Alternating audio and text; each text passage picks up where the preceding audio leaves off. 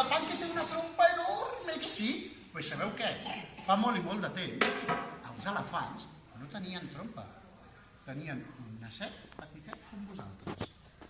Resulta que hi havia un elefantet que li agradava preguntar-ho tot. Era xafarder com ell sol, com han de ser els nens petits, xafarders i preguntar-ho tot. Però tenia un petit problema, i és que a casa seva s'havien cansat de les preguntes.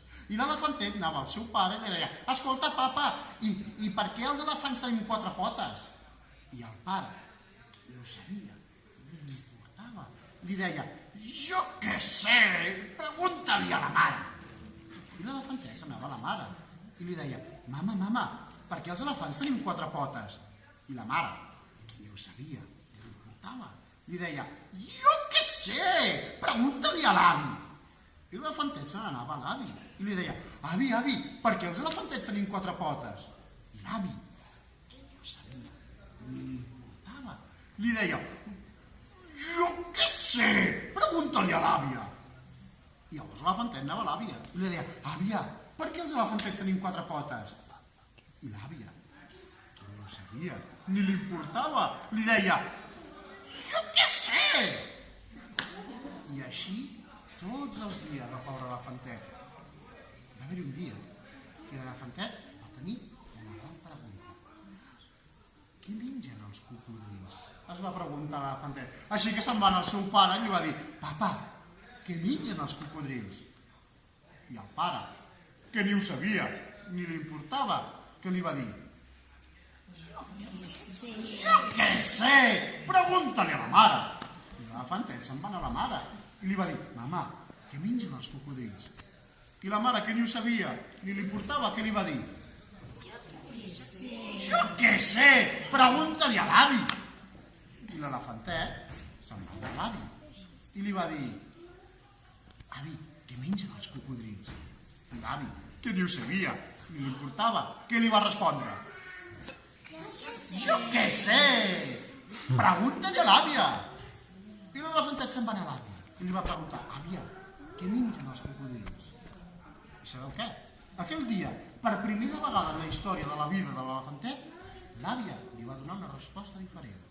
I li va dir: ai, pues jo no sé què mengen els cocodrils, però si vols, pots anar a preguntar al vell ocell calau, que viu allà en el tronc d'aquell baobab. Segur que ell et donarà la resposta. Així que l'elefantet se'n va anar al gran ocell calau i li va dir: ocell calau, què mengen els cocodrils? I l'ocell calau se'l va mirar i li va dir: doncs jo no ho sé, però saps què? Si tu vas al gran riu Limpopo, aquell riu que té les aigües verdes i llafiscoses, allà hi trobaràs la resposta. Així que l'elefantet, sense dubtar ni un moment, se n'anà de viatge fins al gran riu Limpopo, aquell riu que té les aigües verdes i llafiscoses. Era una caminada llarga i va estar 3 dies i 3 nits caminant, pobre elefantet. Finalment, al quart dia, va arribar al gran riu Limpopo i, cansat com estava, es va acostar a l'aigua i es va seure en un tronc. Però sabeu què? Allò no era un tronc, era un cocodril que també estava descansant. Així que quan l'elefantet s'hi va seure a sobre, el cocodril es va moure i l'elefantet es va espantar molt. El cocodril portava molts dies sense menjar i quan va veure l'elefantet va dir: que bé, m'han servit l'esmorzar a taula, tu, avui. Què tal, elefantet, com estàs? Hola, senyor cocodril, miri, he vingut perquè tinc una pregunta. Doncs, endavant, digues la pregunta, digues. Miri, voldria saber, què mengen els cocodrils? El cocodril va dir: jo t'ho diré, però és un secret, ha de ser a cau d'orella, vine. I l'elefantet s'hi va acostar una miqueta més. No, més a prop. I l'elefantet s'hi va acostar una miqueta més. Que no, a prop, a cau d'orella, que no en senti ningú. L'elefantet s'hi va acostar una miqueta més. Que no, que t'he dit que més a prop, elefantet, que no vull que ho senti ningú, que és el secret més gran dels cocodrils. I l'elefantet s'hi va apropar una miqueta més. I quan ja estava tan a prop, rasques, el cocodril va tancar la boca amb tanta mala sort que li va enganxar el nas. I l'elefantet, pobret, estava: ai, senyor cocodril, deixi'm anar el nas, que em fa molt de mal. I el cocodril, que tenia molta gana: no et deixaré el nas, aquí estàs atrapat amb mi, ara vindràs i et menjaré. Així que el cocodril Va començar a estirar l'elefant cap al riu i l'elefant va començar a estirar cap a la terra i tots dos es volien anar estirant i estirant, anaven estirant. El cocodril estirava per una banda, l'elefantet estirava per l'altra banda, el cocodril per una banda, l'elefantet per una... Durant 4 dies i 4 nits van estar estirant l'elefantet i el cocodril, pobres, un cap al riu, l'altre cap a terra, un cap al riu, l'altre cap a terra. I així vinga que vinga. Finalment, al 5è dia, el cocodril, cansat com estava, va fer un badat i l'elefantet va aprofitar per escapar-se. Una miqueta més avall, l'elefantet va veure que el seu nas, de tant i tant estirar, s'havia allargat, allargat, allargat, fins a convertir-se en una trompa. Ai, jo no vull una trompa, vull el meu nas! L'elefant es va posar molt trist i es va posar a plorar. Vull el meu nas per una trompa! Quan, mentre plorant, va passar per allà un mosquit. Se li va posar al cul. I quan l'elefant va notar que el mosquit l'estava picant, va agafar la trompa i pataclam! El va aixafar. I l'elefantet va dir, bueno,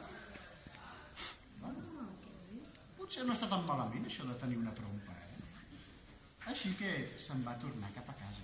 I de camí a casa va veure un arbre amb unes fruites dolces com la mel, però que estaven molt amunt i ell no arribava. O abans no arribava, perquè ara amb la trompa va fer així, va agafar les fruites i se les va menjar.